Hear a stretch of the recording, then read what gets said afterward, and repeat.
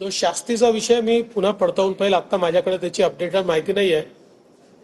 पालकमंत्र्याच्या संदर्भात आमचे अध्यक्ष चंद्रशेखर बावनकुळे हे इतर दोन्ही पक्षांसोबत बसून कुठे कोण पालकमंत्री असेल याचा निर्णय करतील.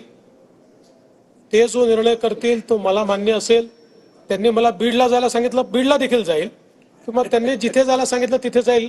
साधारणपणे मुख्यमंत्री कुठलं पालकत्व ठेवत नसतात, पण माझी स्वतःची इच्छा आहे की गडचिरोली मात्र मी स्वतःकडे ठेवू इच्छितो. अर्थात या 3 नेत्यांनी मला मान्यता दिली तरच ठेवी.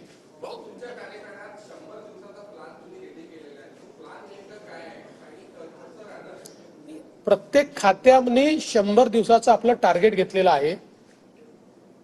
100 दिवसात काय करायचं हा 100 दिवसाचा प्लॅन आहे. 100 दिवस पूर्ण झाल्यानंतर त्याचा रिपोर्ट आम्ही त्या ठिकाणी सादर करू आणि प्रत्येक खात्याने काय टार्गेट घेतलं होतं आणि काय पूर्ण केलं हे आपल्यापर्यंत पोहोचू.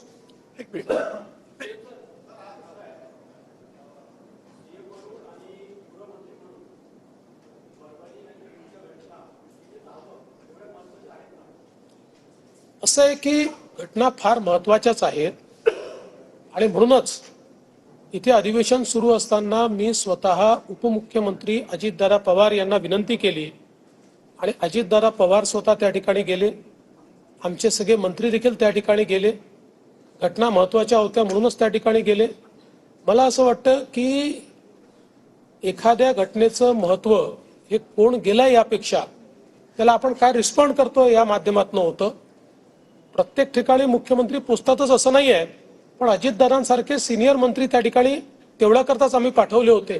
आणि माझं नेहमी मत असतं की अशा प्रकारच्या घटना घडल्यानंतर सेन्सिटिव्ह असतात, तिथे कोणी ना कोणी शासनातर्फे कोणी विरोधी पक्षातर्फे गेलं पाहिजे, पण त्याचं पर्यटन करू नये हा मात्र माझं नेहमी मत असतं.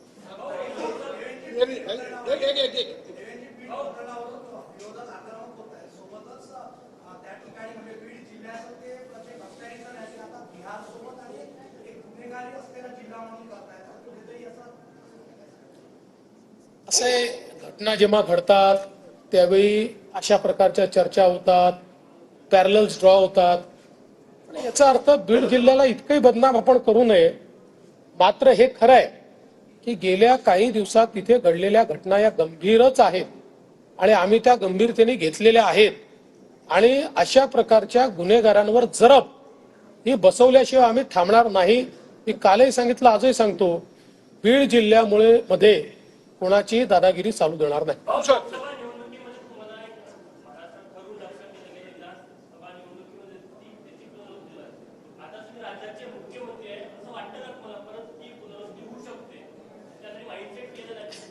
असं आहे की विरोधकांना जे करायचं आहे ते करतीलच, पण गेल्या 5 वर्षात मला टार्गेट केल्यानंतर त्यांच्या हाती काय मिळालं याचा विचार त्यांनी केला तर कदाचित नाही करणार. आणि त्यांना जर आत्मचिंतन नाही करता आलं तर पुन्हा करतील.